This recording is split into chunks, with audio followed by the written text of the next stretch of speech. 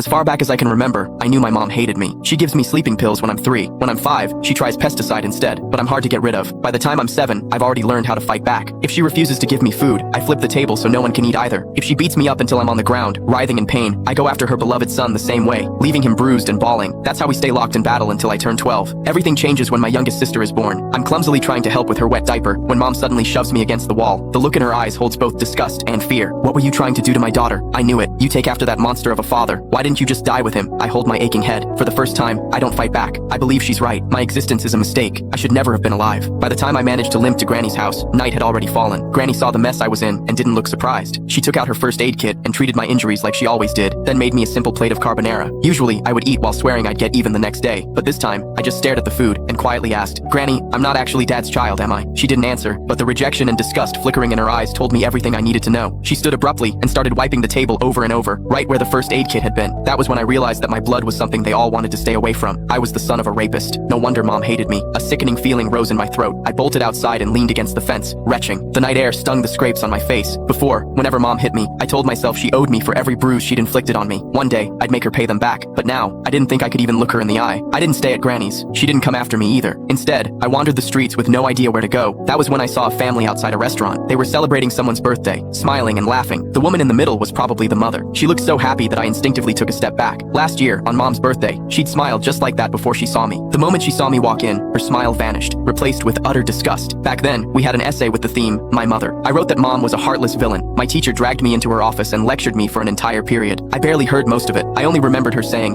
no mother in this world would ever stop loving her child. I believed her. I saved money from collecting recyclables and bought my mom a birthday cake. I just wanted a hug, the same kind she gave my brother, Casper Willis. But her frigid expression was like a stab in the heart. I felt like a fool, standing there with that cake in my hands. Anger overwhelmed me. When no one was looking, I went out and caught a couple of frogs in the garden. Then, I hid them in the cake. I could still remember the way she screamed when they jumped out. Back then, I felt a twisted sense of satisfaction. I thought she didn't deserve to be a mother. I thought she had it coming. But now, I know the truth. The one who didn't deserve anything was me. My existence itself had hurt her. As I watched that mother's smile through the restaurant window, I made a decision. This year, for mom's birthday, I would give her a gift she would truly be happy with, one that would free her completely. I decided to die. Once that thought took root in my mind, my steps felt lighter. I even started planning how to do it without troubling anyone. I needed to do something that wouldn't leave a mess. But before I could carry out my plan, a patrolling officer spotted me and brought me home. Mom answered the door. As the door shut behind us, I stared at the floor, unable to meet her eyes. Her icy tone sliced through the air. "Why didn't you just die out there?" I almost snapped back, but I forced the words down before they came out. Still, as I stared at her back, I couldn't stop myself from asking, what would you do if I really did die? Would she be the least bit sad? If you've got the guts, hurry up and do it. I'd celebrate. She walked straight into my sibling's room and closed the door. I stood rooted to my spot in the living room. After a long while, I wiped my face and let out a humorous Click the link on the homepage to watch the full follow-up for free.